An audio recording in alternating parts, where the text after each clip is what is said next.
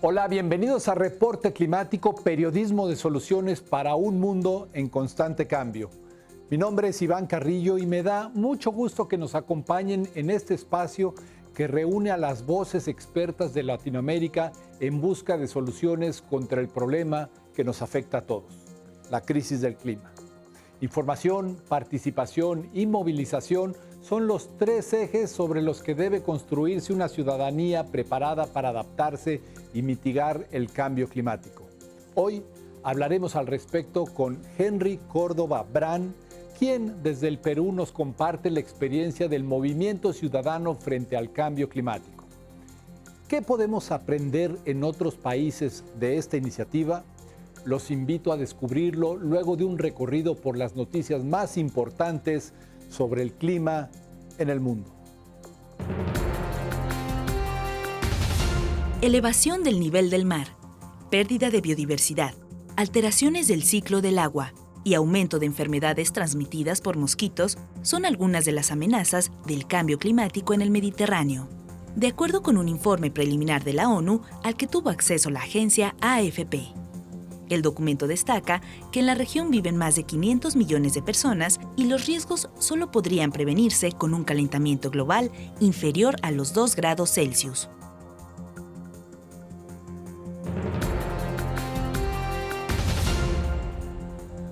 De acuerdo con un estudio publicado en Nature Climate Change, el cambio climático podría eliminar algunas de las enfermedades y plagas que sufren los cultivos agrícolas en países tropicales del sur del global, mientras que el problema se agravaría en regiones como Europa y China. Sin embargo, la investigación también predice que en ambos escenarios la productividad del campo se vería afectada.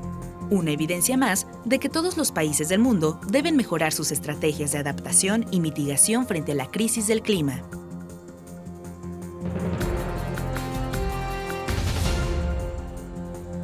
La encuesta más grande sobre cambio climático jamás realizada en Australia encontró que el 67% de los votantes considera que el gobierno debería priorizar las fuentes de energía renovable por encima de la industria de hidrocarburos. Además, el 73% expresó un deseo de que el país llegue a cero emisiones de dióxido de carbono para el año 2050 o antes.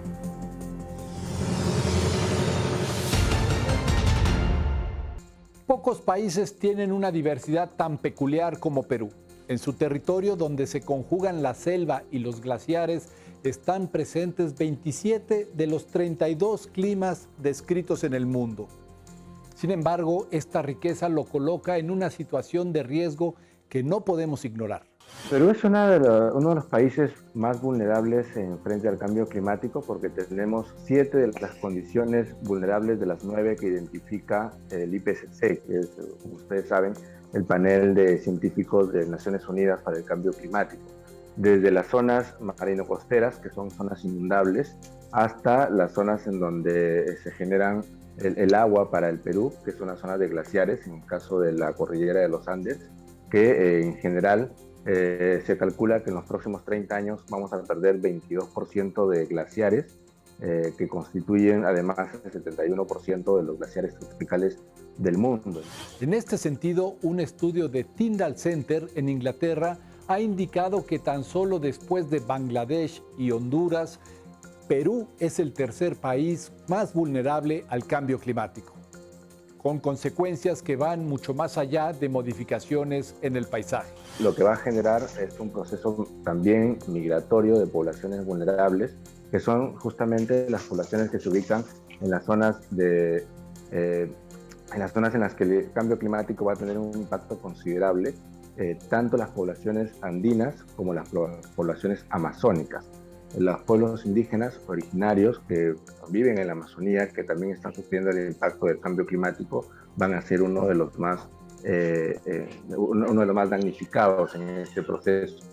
Este tipo de desplazamiento forzado ya es evidente en sitios como la Amazonía brasileña, donde además existe un problema de seguridad alimentaria que también amenaza al Perú.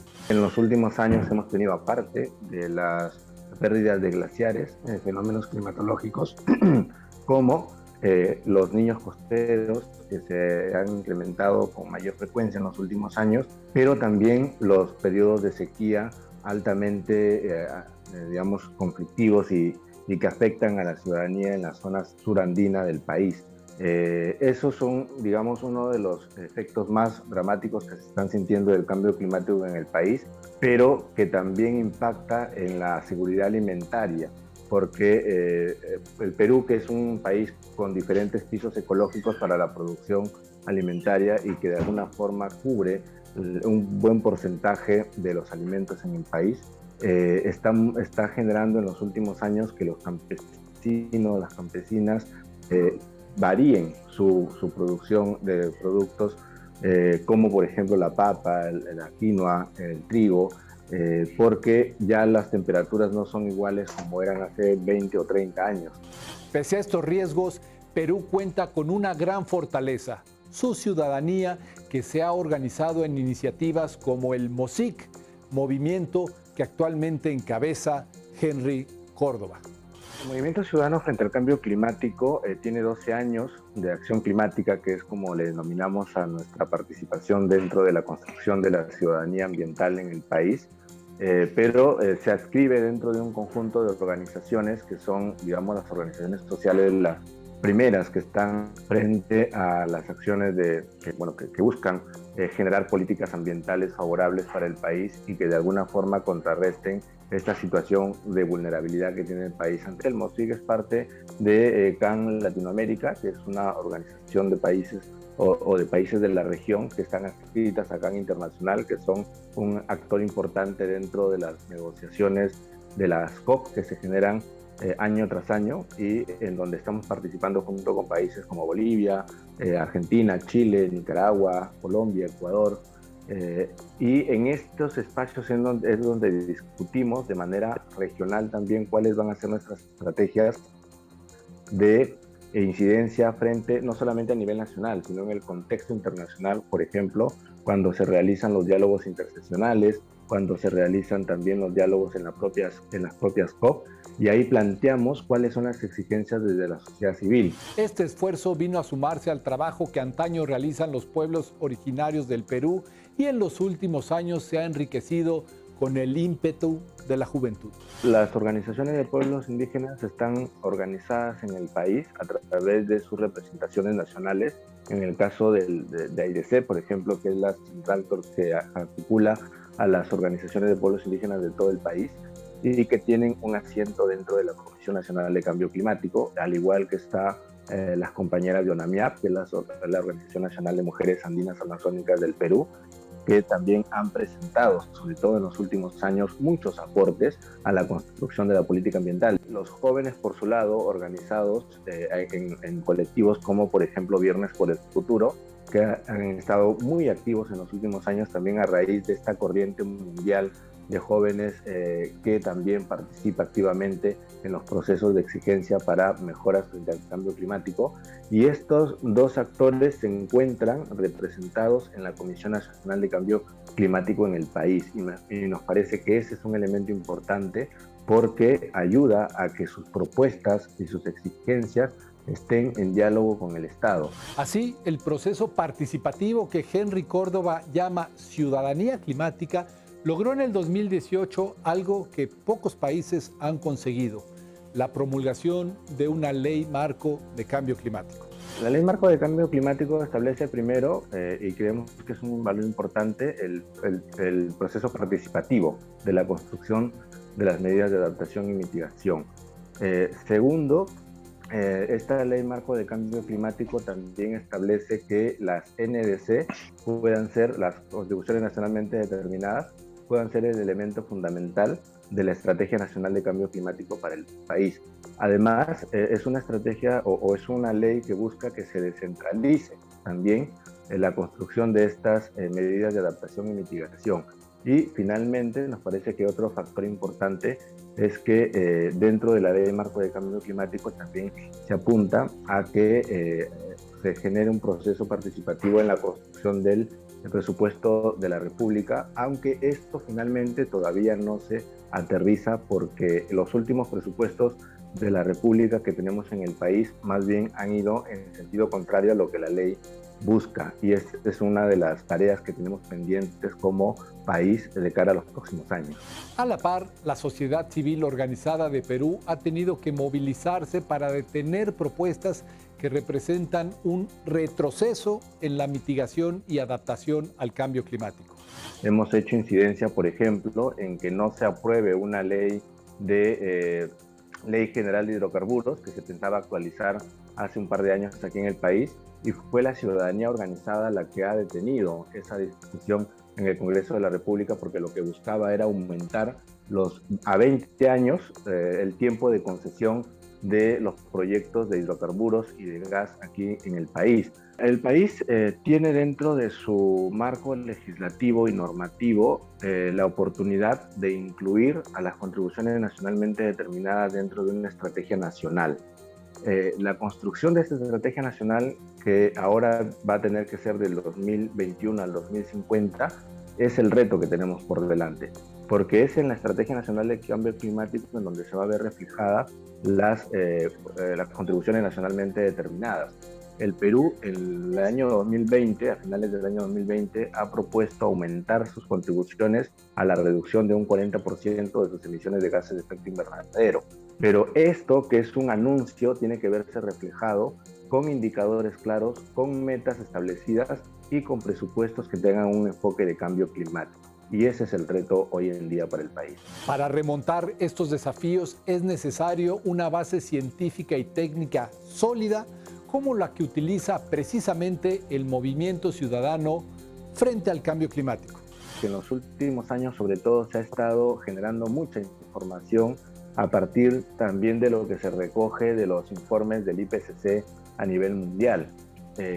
En particular, el MOSIC es una institución que promueve primero la investigación para poder conocer cuál es la situación real del cambio climático en el país. Y segundo, que esta información llegue de la mejor manera a los ciudadanos a través de diferentes canales, no solamente los documentos científicos, sino también a través de productos comunicacionales que pueden ser más, digamos, legibles para la ciudadanía, para el hombre y mujer de a pie, como le llamamos acá en el Perú, pero que a partir de esta información pueda construir una participación activa en su rol como sociedad civil y en su rol como ciudadano-ciudadana. El informe de la IPCC del año 2015 nos decía que tenemos hasta el año 2030 para reducir 45% de las emisiones de gases de efecto invernadero en el mundo. Y en el 2019, informes también producidos por el Buró de Naciones Unidas nos decían que las estimaciones se habían quedado cortas. Los estados caminan a un paso más lento de lo que la exigencia climática requeriría. Entonces, si antes hablábamos de que necesitábamos reducir 45% de gases de efecto invernadero en el mundo, el 2019 el IPCC ha dicho que para mantener la temperatura a niveles debajo de los 2 grados centígrados o de los 1.5 grados centígrados, tendríamos que triplicar o quintuplicar las medidas de adaptación y mitigación en el mundo. Y esto los países no lo están haciendo. Los grandes emisores de gases de efecto invernadero no están teniendo compromisos climáticos claros y no están teniendo tampoco la posibilidad de darle al planeta un futuro posible. Y lamentablemente el tiempo ya es corto. Estamos en 2021, estamos a 9 años del año meta que se había planteado, y las negociaciones no están llegando al puerto que requeriría la emergencia climática en la cual estamos todos inmersos ahora. ¿Significa que hemos perdido la oportunidad de hacer frente a la crisis del clima? Para Henry Córdoba aún hay una esperanza y radica en fomentar una ciudadanía climática. La construcción de la ciudadanía climática nos parece un eje fundamental, y para ello es que nosotros contemplamos 3 momentos y 3 ejes importantes. La primera de ellas es la información. Creemos que la ciudadanía debe informarse, y lamentablemente el tema del cambio climático no es algo que esté dentro de la agenda comunicativa en el país ni en el mundo. No vemos grandes noticias en el día a día sobre cambio climático, y ese es un elemento que debemos revertir desde la ciudadanía climática con el uso de las redes sociales, con la implementación de acciones como muralizaciones, que son factor importante acá en el país, por ejemplo, o las jornadas de reforestación que se generan en diferentes sectores de la ciudadanía. Entonces, la información es un elemento importante. Y luego la participación activa en los espacios de decisión política. Me refiero al Congreso y al Ejecutivo, en donde se discute la agenda ambiental y la política ambiental en el país. Y finalmente, la movilización, que ha sido un factor importante. Muchas gracias por habernos acompañado en Reporte Climático. Mi nombre es Iván Carrillo y los espero la próxima semana en este espacio de periodismo de soluciones para un mundo en constante cambio.